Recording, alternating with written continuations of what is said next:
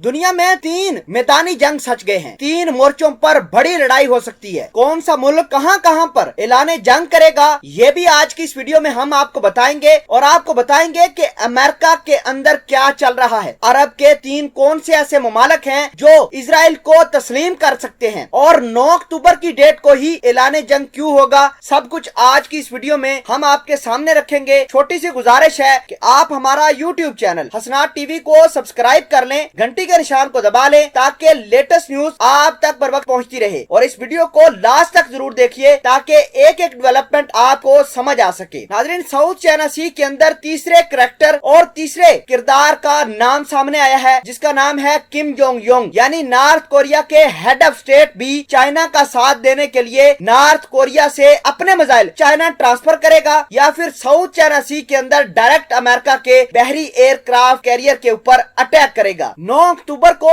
2 बड़े काम होने वाले हैं। एक तो नोबेल प्राइज की नॉमिनेशन होने वाली है और डोनाल्ड ट्रंप नोबेल प्राइज के लिए पक्के उम्मीदवार समझे जा रहे हैं, क्योंकि इन्होंने अरब पीस डील और अरब ममालिक और इजराइल की जो दोस्ती करवा रहे हैं, हो सकता है कि इनको नोबेल प्राइज मिल जाए। दूसरे नंबर पर इजराइल के नेतन्याहू को भी नोबेल प्राइज मिलने के बहुत बढ़िया चांसेस पाए जा रहे हैं। आपको ये बता दें कि 3 मुल्क अरब के इजराइल को 9 अक्टूबर से पहले रिकॉग्नाइज करेंगे, तस्लीम कर लेंगे, ठीक उसी तरह जैसे दीगर अरब ममालिक ने किया है। तो उनमें ओमान, सूडान और सऊदी अरेबिया हो सकता है। नाज़रीन, नॉर्थ कोरिया ने जो अमेरिका के खिलाफ और चाइना की सपोर्ट में अपने जंगी हथियार जो लॉन्च किए हैं, ये हो गया मोर्चा नंबर 1। अब मोर्चा नंबर 2 की बात करते हैं। ईरान ने हाल ही में अमेरिका के बहरी एयरक्राफ्ट कैरियर यूएसएस निमित्ज के बारे में ये कहा था कि यूएसएस निमित्ज ईरान के फुल कंट्रोल के अंदर है, ईरान जब चाहे इसको मार गिरा सकता है। अमेरिका के सदर डोनाल्ड ट्रंप ने पर्शियन गल्फ के अंदर इस खतरे को भांपते हुए अपने यूएसएस निमित्ज को बचाने के लिए मजीद 2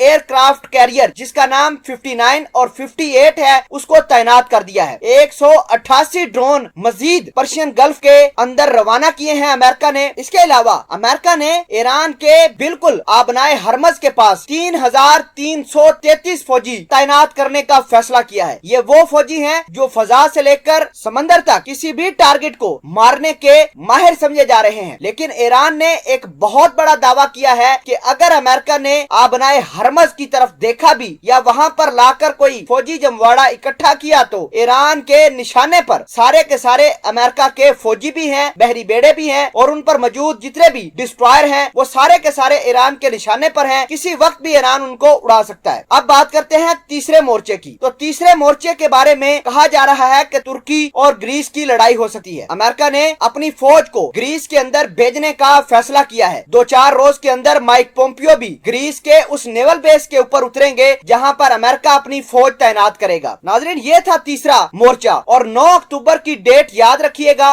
9 अक्टूबर को एक तो नोबेल प्राइज वाली सेरेमनी कंडक्ट होगी, 3 अरब ममालिक इजराइल को तस्लीम भी करेंगे और इसके अलावा 9 अक्टूबर को नॉर्थ कोरिया से बड़े हथियार और मिसाइल चाइना की सपोर्ट के लिए या तो चाइना के अंदर रवाना होंगे या फिर साउथ चाइना सी के अंदर नॉर्थ कोरिया डायरेक्ट अमेरिका पर अटैक करने के लिए ले आएगा।